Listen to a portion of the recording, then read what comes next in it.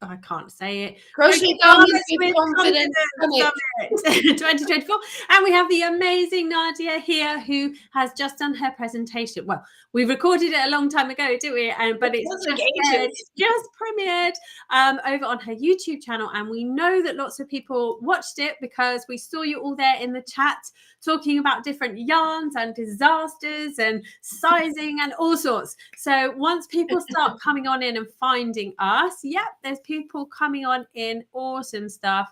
Come and say hello. Come and let us know what your thoughts are on the presentation.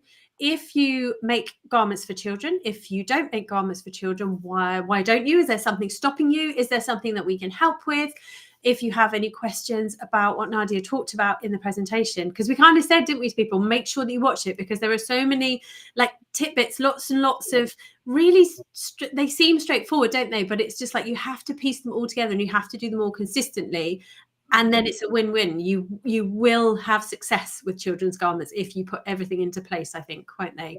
Yeah, definitely. Yeah. And it's a good place to start if you haven't made a garment, because it's just not so overwhelming.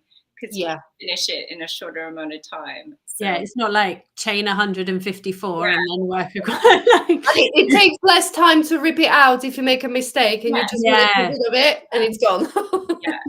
Not so painful either, like a whole adult size garment when you have to like rip it back out. It's I would probably cry, but children's garments, because it's slightly small, it's still painful, but slightly less painful. Definitely. But as you said, like the flip side of that is then that you do have to be very, very accurate, don't you? Because there's no real fudge factor. Whereas for me, like if I was making something and it ended up 2 inches bigger or whatever than I intended it to, then it's not so bad, is it, as an adult? Yeah, exactly.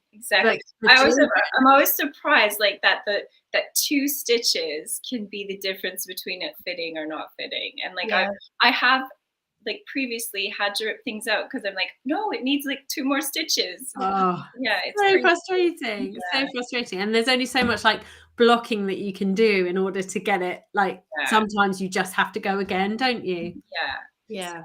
Oh, we have people joining us and saying hi. Jessica's here. Good morning. And Tina's here. Hi, Tina. And then we have our first question from Donna. Do you have a favorite weight yarn when it comes to designing garments for children? Yes, mine is DK, or the lightweight number 3 yarn. Definitely. I just think it's a really nice drape, and because sometimes like the Aran is good because it's fast, but it gets quite thick, and sometimes the kids don't really like that stiffness either. So yes, definitely DK is my favorite. Same for me. Because my boys, they don't like the thicker, they're quite hot children anyway. My boys, and they never sit still, do they? No, exactly. And they're tearing around. And first of all, they're like, well, I don't want to wear a jumper anyway, Mum. But if I have to, please don't make it a thick one. Like they're just. They don't like being restrained, and they're always, I don't know about your kids, but mine, like every day they come home without their jackets on. I'm like, how do you not have your jacket on? It's freezing out there. So if they have anything that's too heavy, they're definitely hot. Yeah, definitely. It could be like -10 outside, but as soon as there is like a teeny bit of sun comes through the clouds, they're like, right, jacket off, it's boiling, I don't want to wear it. It's like, my boys this morning were like, it's summer, I'm taking my shorts. I've packed them off to Nanny's house with their dad and the dogs, and we're taking shorts, and we might even take our swim shorts because Nanny has a paddling pool. And I was like, honestly, my love, it's not that warm yet. I mean, it's great that you're that optimistic, but no. Oh, right, where are we? Darlene's here. Good morning. And then Jessica is saying, just started crocheting in November. Hey, wow. And I want to make everything. This summit is great. Thank you. It's our pleasure. Great. We know that I certainly know that feeling of just wanting to make everything. Like, it's sometimes hard, isn't it? And we were talking about that with Selena yesterday, weren't we? About, making that list of things to make and what do you start first? Well, start it all. That's my thing. I say start it all. And then, hi, ladies. I loved your presentation, Nadia. It was great. Absolutely. Oh, thank you. That's so nice. Absolutely. And we absolutely loved your mum popping into your mum was there. Ever. Hello, Nadia's mum, if you're watching the live. Yeah, thank you for joining us. Darlene saying, I agree. DK or sport is great. Yeah, absolutely. Do you find working with cotton, it doesn't have much give? That's yes, definitely. Yeah, it's I think it's very specific types of garments can be made in cotton, and I like making dresses with cotton, and I also do like making cardigans. Sweaters, it's a bit harder, like a pullover, because then you have to like worry about that not fitting over heads. So often, like I'll just say, oh, I'm just gonna make a cardigan, because then you cut the buttons and you just know it's gonna work. Yeah. Do you sometimes compensate for the stiffness of the cotton with like a choice of stitch? Make it a little bit more open or a bit more. Yeah, I have my favorite stitch, which is the half double crochet, and it features in most of my patterns. But that's a great stitch. It does have a lot of movement, isn't it? Even with cotton yarn, But sometimes I go for a double crochet. I start something like no. Okay, so like too much space. Can't do it. I have to say half double is one of my favorites as well, because even like just changing the loop, or even if you go into that third loop, it's like a completely different look. So it is a very versatile stitch. Yeah. I've been teaching Maggie, my 8-year-old, crochet, and she just finished her first. She made a garment for her teddy bear, which used to be my teddy bear, and it was so sweet. But it was all in half double crochets, and then she was doing the edging, and she was going to. I was like, oh, let's do single crochets because it will just make it better. But she was in the half double crochet mode, so she just kept muscle memory. Like, oh, don't yarn over, don't yarn over. Oh, love her. Bless her. Oh, the muscle memory's there. That's amazing. Yeah, exactly. It's absolutely incredible how much she just understands it. So she's started. She's volunteered me for a crochet club at school. Oh, love it! Yay! That sounds awesome. Can we all come, please? Did she make that all by herself, like the whole shaping and increases and? Well, I started her off, and then I was guiding her. But she did the whole thing. I wish I had it here, but yeah, it's so sweet. I'm gonna do a little Instagram reel of the whole process. So if you watch for that in the next week. Definitely. Okay, so another designer in making there. Yes, hopefully. We have another vote for DK being a weight. Definitely. My question is, what I would like to know is, because I've thought about designing in like a lighter in the sport weight.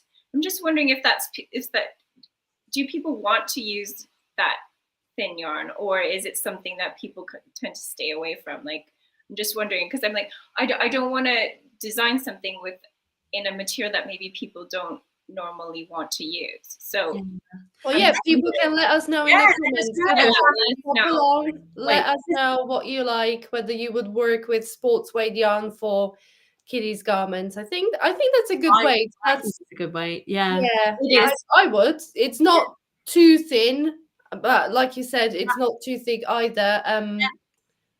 Darling, I buy the baby sport yarn a lot, and I think it's all the categories. It's just so varied anyway, isn't it? Because there's DK yarn, there's category 3, and there's this end of the spectrum, and there's that end of some of the thinner DK actually is like sport weight. Anyway, isn't it? It's so variable. Yeah, it's so variable, and that's one of my big frustrations when I am designing, and I'm like, oh, it says Erin. It's called Erin, but it's totally not an Erin. It's definitely a DK. And because I had a question on my Facebook group the other day about that, and it's so varied. So you just have to.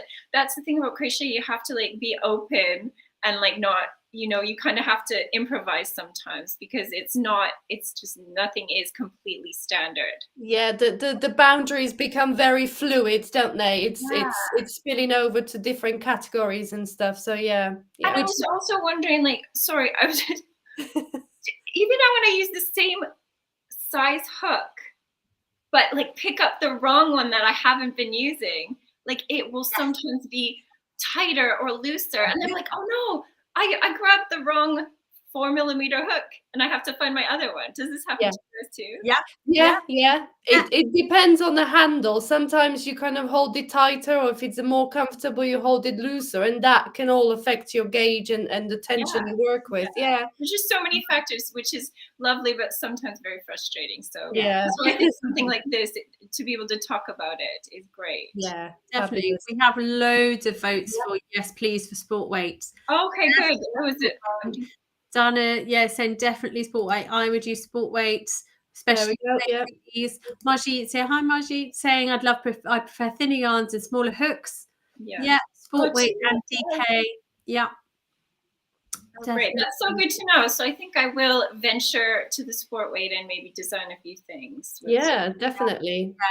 Oh, and this is an interesting point, Tina, saying about UK weights, because they are different, aren't they, to US categories as well. So in the UK, we have a yarn weight called 4-ply, which makes no sense to the rest of the world mostly. Or I think in Australia, they use that.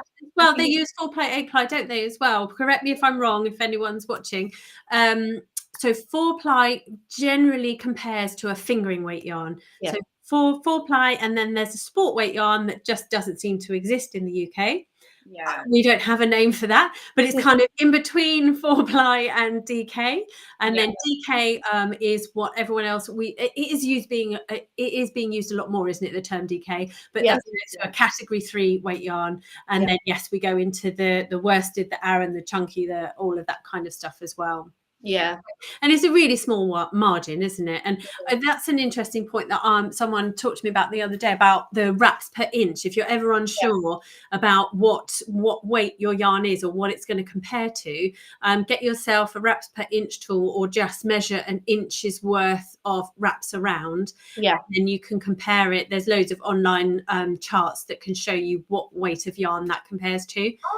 And that can help, and then that can help you find a substitute for yarns as well, if you can't get the yarn that the designer has suggested. You can do it around just a standard school ruler as well. If you don't have the tool, just get yourself an inch of a ruler and wrap it round, kind of line up the strands next to each other, and it depends how many strands you can get within the inch. That will kind of indicate what weight that yarn is. So if you ever lose your yarn label, that's a good way to check. That's so good, and I have done that many times. I normally use them to jot things down on, and then I file them somewhere. Like half the pattern or the back of the yarn label. Valerie's in Houston, where it's hot and humid 95% of the year, so I use mainly fingering, sport, or DK. So there we go. I think that's a definite yes vote for vote. Yes. And Catherine as well, saying that it might even show a pattern design better.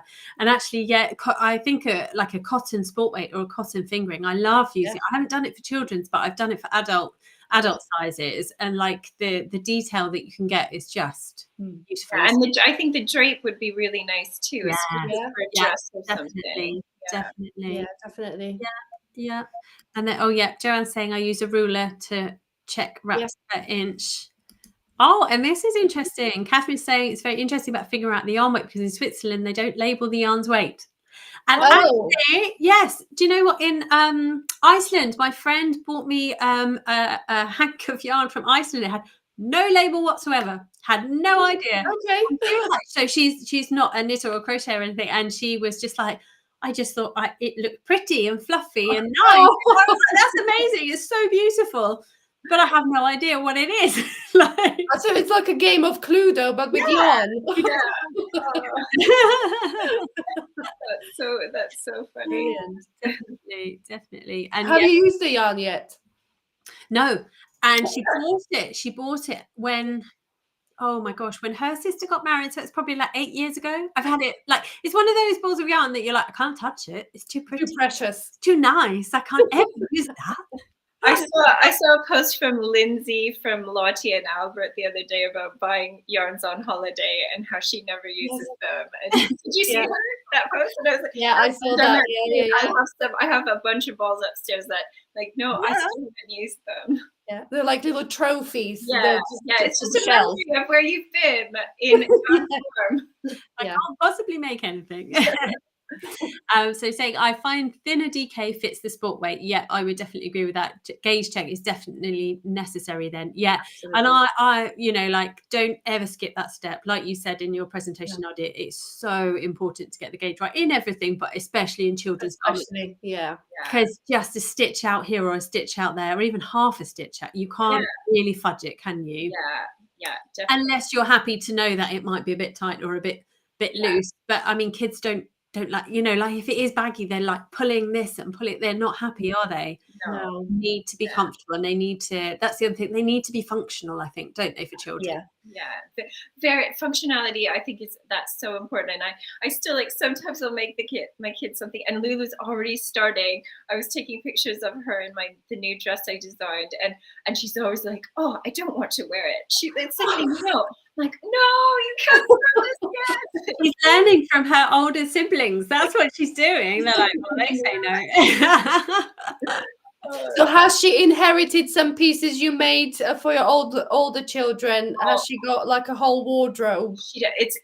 She's about to start fitting everything, because I only started 5 years ago. So Maggie was a bit older than she is now, but I took out a few things yesterday. I'm like, oh yes, I can like start a new photo story with all my old designs, which would be nice. Yeah. Fantastic. Yeah. Darlene saying, I use DK Sport or smaller for clothes for myself. I am already bulky enough. It's true. It is true. Where the bulkier the yarn that you use, the more it adds to you, doesn't it? And like, that's amazing if that's the look you want to go for. And there's lots of oversized things that are in bulky that actually can make you look smaller. But I would definitely agree. Thinner yarn does help with your silhouette, doesn't it? Definitely for me anyway. Definitely. And then Meljit's asking, what's the pretty star flower lace behind you? What's that behind you? No idea. Behind your head, it's like a Solomon's knot thing, is it? Oh, is it a basket? Oh, it's a basket. Yeah, it's a basket. I wish I could say I made it, but I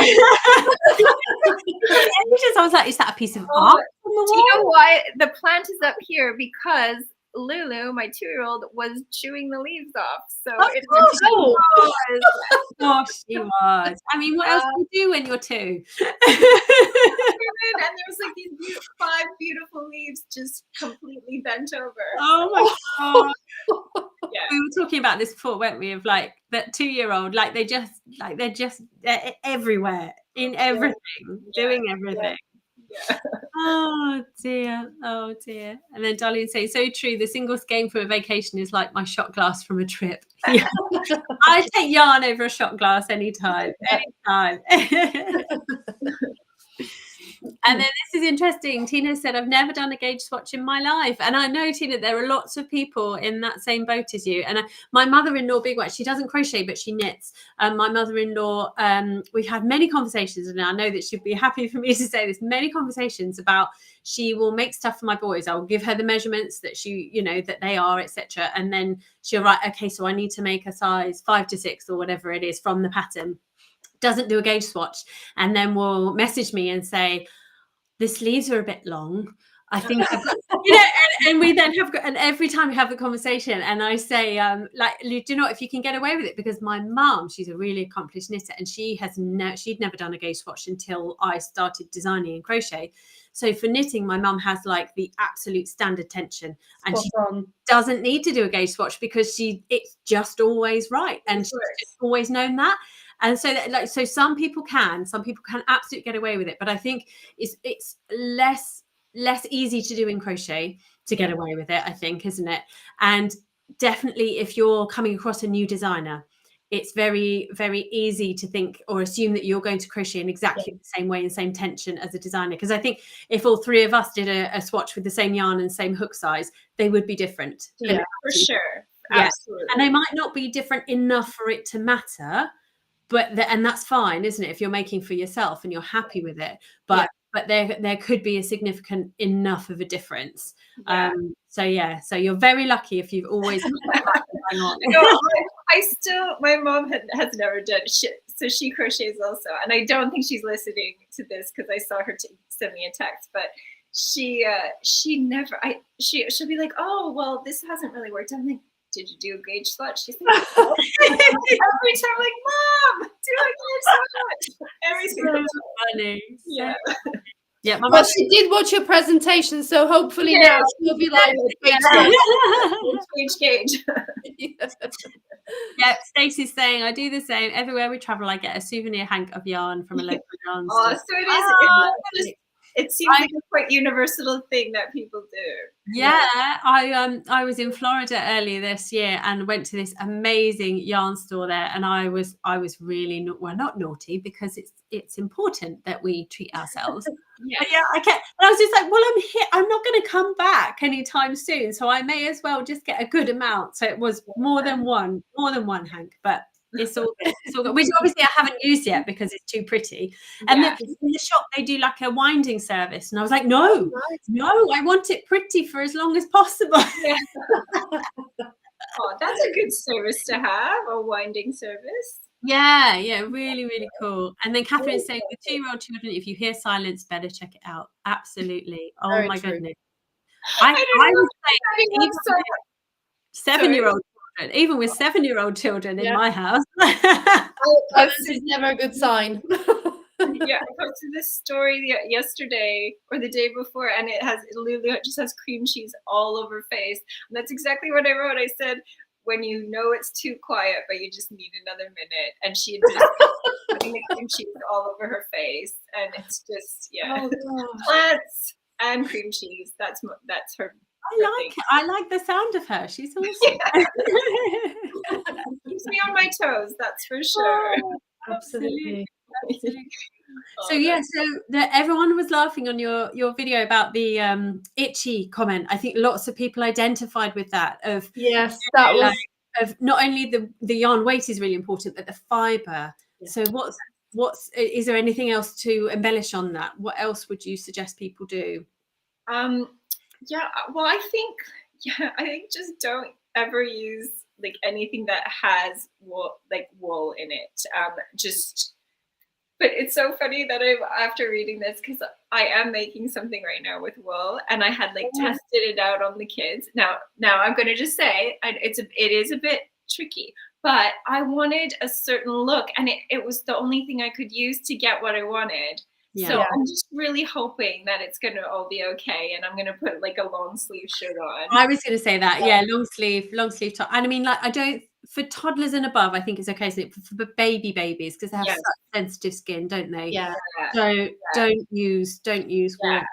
Especially if they can say, "Oh, it's itchy." You know, exactly. You don't know. Especially as well, lots of people make baby size things as gifts, don't they? So if you're making it for a child that isn't your own, I would definitely not use anything that could possibly be sensitive.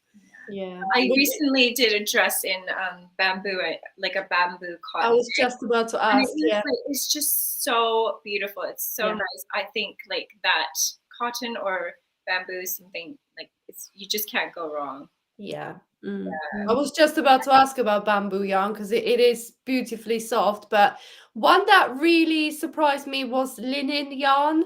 Oh, yeah. I must say I expected better from it, but it is rather a bit stiff and a bit, at least the brand I used, that particular one I used. I've used a nice linen with some viscose in it, and that made I think it needs something else, doesn't it? Yeah, I think the one I used, it's 100% linen, and it was quite tricky to work with because it was a bit sticky. It's like, it's not really smooth strand. It's got like a little bobbly bits, and when you work with it, I was like pulling it. Snags. So linen, probably not for babies, but maybe for slightly older children, because that's like a natural yarn, isn't it? It's not a wool yarn.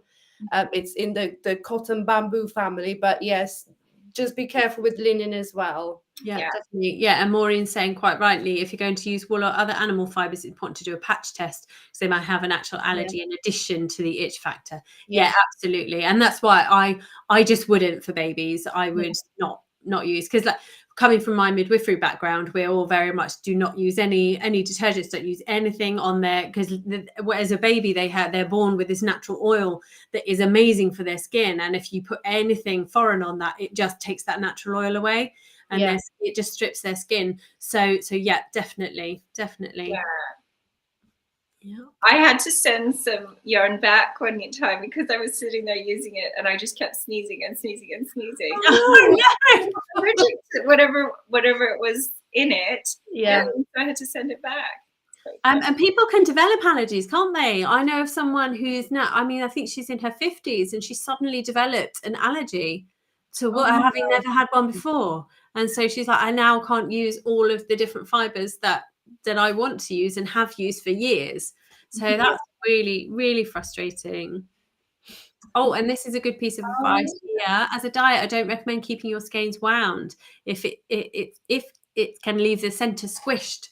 Yes, I have heard that before, and I've heard as well that you should double wind them then to give it a bit more space. I think that's right. I don't know if that's gospel truth, but yeah, you wind it once and then you wind it again, and you do it just before you're ready to use it. But I didn't know that for a long time, and I thought it was really nice to wind all my skeins and make them look pretty and stack them up. So you learn as you go. Hey, you learn as you go. So I have no idea what it is, but I can't for the life of me wind a yarn cake that just doesn't fall apart. Oh, really? Honestly, with the yarn winder, and I've got the umbrella to put the hank on and wind it with it. And every time I kind of take it off, it either kind of does a yarn barf up the top or at the bottom. Oh, no. So I have no idea. I must be doomed. I just can't do it. I wonder if it's just not quite tight. If it's popping out, maybe it's just not quite tight enough. I have no idea. I even spoke to my friend because she used to have a yarn business making those yarn cakes. Yes. Mel. And I just spoke and I said, please, what yarn winder do you use? Because it must be the yarn winder. This can't be me. So I bought the exact one she was using for her business. And I was like, okay, this is going to be the perfect yarn cake, Exactly the same thing happened. So I'm like, okay, it must be me. How frustrating. Do you know what I do them just before I go and use them? I don't have any of that equipment, so I always have my knees up, like with the yarn like that, and then I'm winding with my hand. But my Apple Watch thinks I'm doing an elliptical. Got lots of steps in. I love that. I need to figure out how I can make a reel of this for Instagram because it's quite funny. Everything is like you're doing your elliptical workout as I'm just working with my yarn. And there we are. Donna's saying I double wind. So I haven't imagined that. That is a thing. Double winding is a thing. And you're not alone, Veronika. Darlene has the same problem. Oh, thank you. Let's blame the yarn winders. Let's blame the yarn winders. Blame the equipment. Blame the tools. Blame the tools. Yes, brilliant. Gosh, I can't believe we're running out of time. We have run out of time. It's almost time for Lynn's video to premiere over on YouTube. So we're going to have to say goodbye. So Nadia, thank you so much. I really enjoyed chatting with everyone today, and thanks for inviting me to this amazing event. Oh, thank you for coming, and thank you for your expertise and your knowledge. Everyone has absolutely loved watching your video and hearing from you. So that will be there. If you've got a free ticket, the video will be there for at least 24 hours, at least until the end of the summit. But if you have the VIP ticket, then you'll be able to go into your course platform and watch Nadia and rewatch her and listen to everything all over again as many times as you need to. So go back into your platform, find the link for Lynn's presentation, which is coming up next, Lynn from the Wool Nest, and then pop along as soon as that finishes. We'll be here live in Facebook groups or our YouTube channels, ready to have a chat about adjusting garments and sizing. This is going to be an awesome one. So switch your brains on, or I have to switch my brain on anyway because it's numbers. And we'll see you all soon. Yes.